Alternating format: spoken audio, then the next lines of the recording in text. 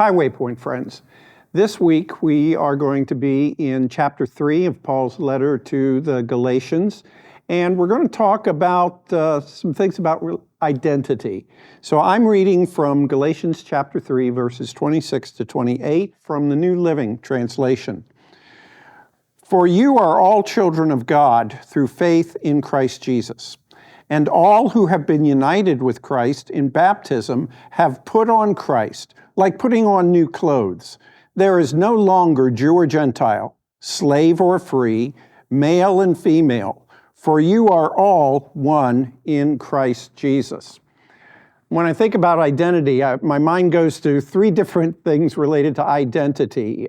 Stolen identity, which is something we're all real concerned about these days, right? That somebody will somehow take our identity and either take it away from us or use it for purposes we don't want them to. Or mistaken identity, where we look and we think we recognize somebody, or somebody thinks they recognize us, and it's not who at all they thought it was.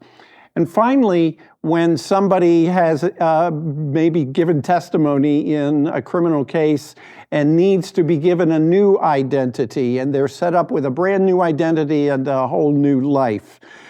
In Galatians, Paul is writing to a group of Christians, a church, that was made up both of people who were Jewish in background, but most of the rest of the people in the church did not grow up Jewish, so they really had no awareness of the law.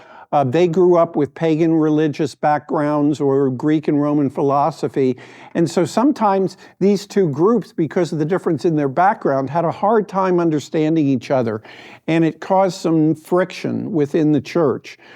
And one side would claim to be superior to the others.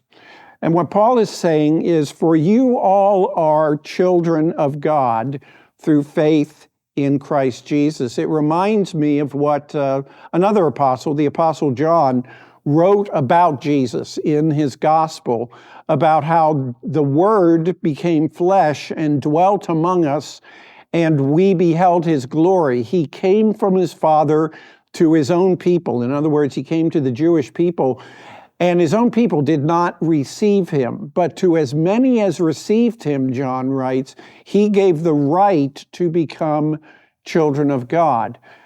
Every person bears the image of God, the Bible tells us, but not everyone is a child of God.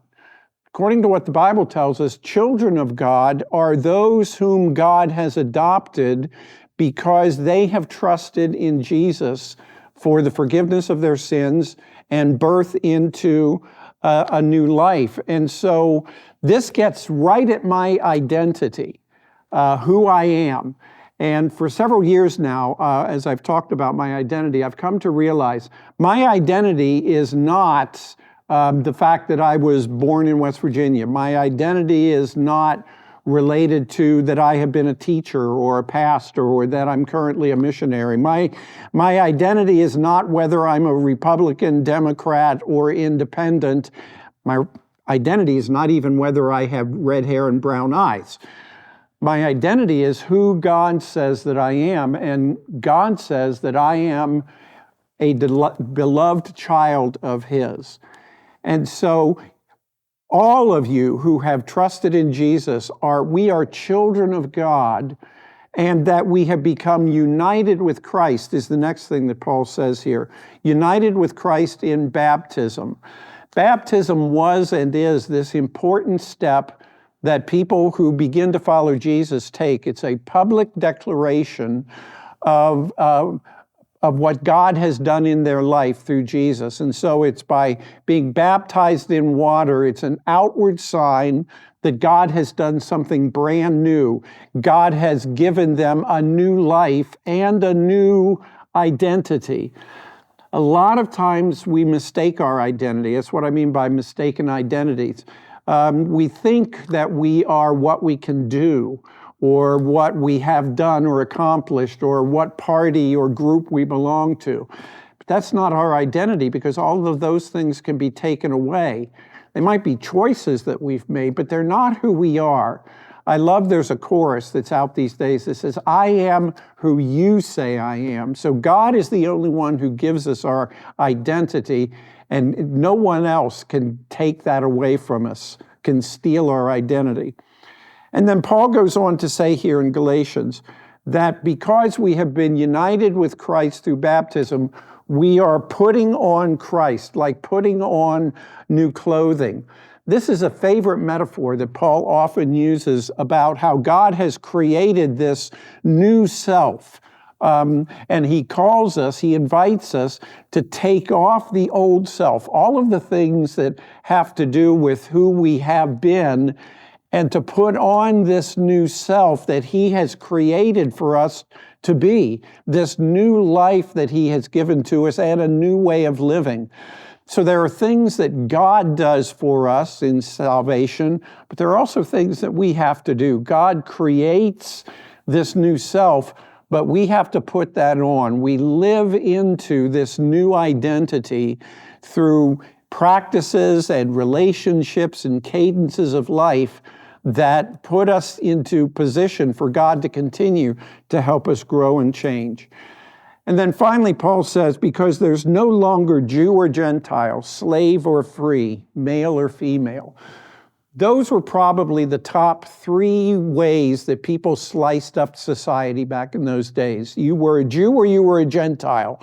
And if you were a Jew, well, that was better than being a Gentile. You were a slave or you were free. If you were free, that was better than being a slave. You were worth more. You had more value as a person. Or you were male and you were female. And in those days, male, you had value. Female, not so much. And so what Paul says is that in Christ, all of those categories have been cut across and all have been leveled. That in Christ, as children of God, through faith in Jesus, we are all equal in God's sight. We are loved equally, we have equal worth and value, and nobody can steal our identity. We don't have to live on the basis of a mistaken identity of who we think we are or who other people think we are.